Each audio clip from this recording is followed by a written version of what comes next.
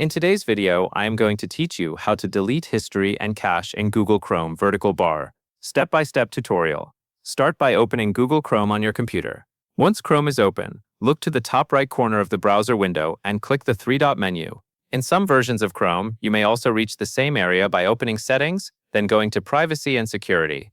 Both paths take you to the same place, so use whichever one is easier for you. When the clear browsing data window appears, the first thing you will need to choose is the time range. For example, you can delete data from the last hour, the last 24 hours, the last 7 days, the last 4 weeks, or from all time.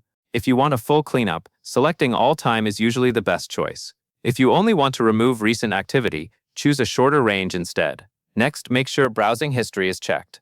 Also check cached images and files. The cache stores parts of websites, like images and page data, so pages can load faster in the future.